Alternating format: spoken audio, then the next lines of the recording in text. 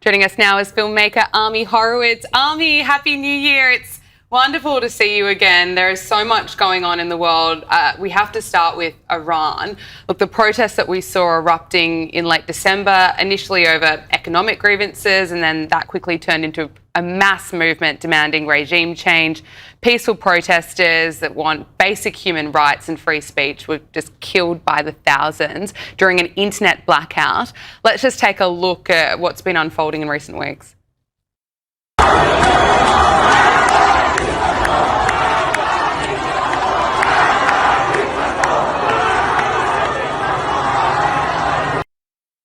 Now, the protests pose one of the most serious threats to the regime. Reports are at the moment that the protests have subsided, but it's expected that unrest is going to inevitably flare up again. What's your assessment of where to from here? Will we see Trump take action at some point? Will we see the regime collapse? Look, I'm more hopeful than ever that the regime will collapse. I can't understate how phenomenal that would be, not just for the Iranian people, which of course it would be, but for the region and the world in general. You can't understate what kind of boon that would be for the world. Pre-regime, this was a country that worked with the state of Israel and the United States on military and intelligence issues. It was an ally, not just a neutral partner, right? And then, of course, it flipped to become one of the most damaging players on the world stage, right? Promoting terrorism around the world, killing U.S. soldiers, creating destabilization. They backed all of the enemies of the United States and of Israel and of the West. And I do believe the regime is on its last legs. I really do hope so. Although never understate the villainy of this regime to keep, and what it would do to keep power. It sacrificed upwards of 1 million of its own people in the Iran-Iraq war to keep its regime in place. Now you're seeing upwards of maybe 20,000 people being killed, and that number may end up, going much higher. So yeah, let's not forget all of that.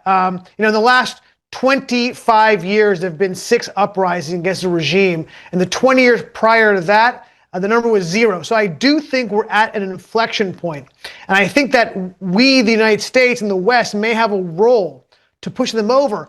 But what that role is so complicated and difficult. I wish I had an answer for you, Gabriella. I wish I could say, here's what we need to do. But we do have to be careful with rhetoric because the options are somewhat limited. Like we have, now, look, I know the president said, I'm not going to do anything now because they didn't kill the 800 protesters. I'm not sure what the moral difference is between 800 protesters being hung who are in jail versus 10, 20,000 of them being slaughtered in the streets. I don't know if there's a moral difference. I don't know if that's the red line. But look, our country has a history of putting out red lines that end up being problems for those countries. It wasn't that long ago when George Bush, the first, said to the Iraqis, rise up and we'll have your back. And they did, and we didn't.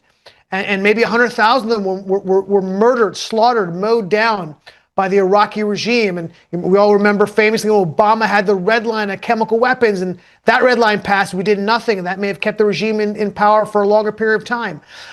These are all very difficult issues to grapple with. I don't envy the president being in this position.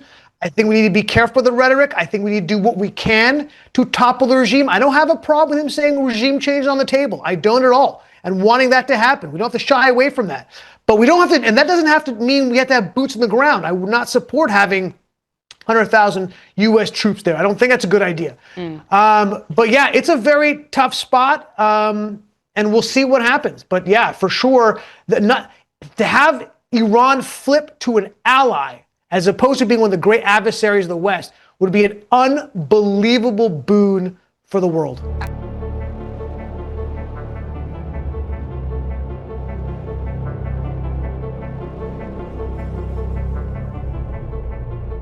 Yeah, well, I also believe that Trump realizes, I mean, he's basically said as much, that the crazier he acts, people think, oh, it's just so crazy, he just might do it, is the only way that his threats actually work. So it's in his interest to keep people guessing about his real intentions. Speaking of real intentions, the president threatened to attack Iran if it didn't stop executing people protesting against the regime. Then he seemed to back off, reportedly, some say, under pressure from some Muslim countries.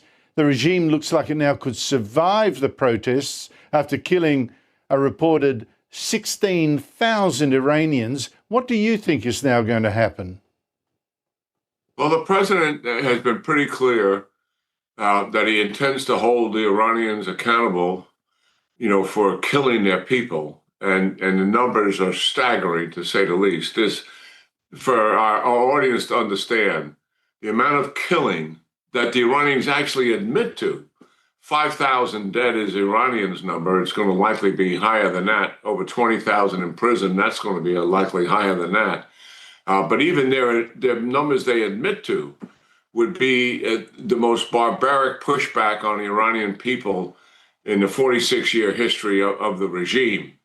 And President Trump has said that he wants the leadership of Iran to be replaced. He's looking for this regime to collapse. I believe that is the direction we are moving.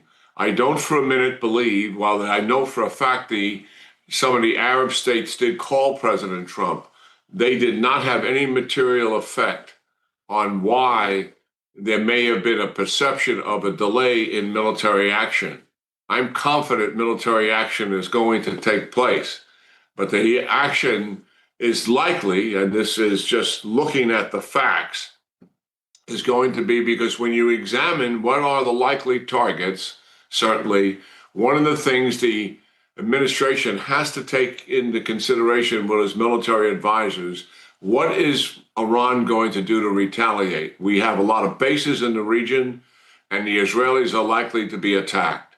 When you walk through that, that means we have to expand the target set to include ballistic missiles to reduce the impact of that retaliation attack, and also make certain that the air defense systems that can defeat ballistic missiles, and there's certain systems to do that, that have to be in the region to assist the defense of Israel and also the defense of the U.S. bases.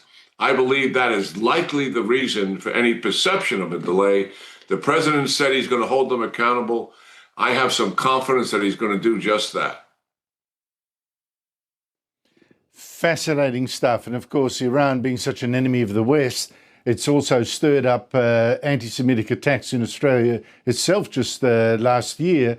I think this is going to be very, very significant. General Jack Keane, tremendous insights. Thank you so much for your time.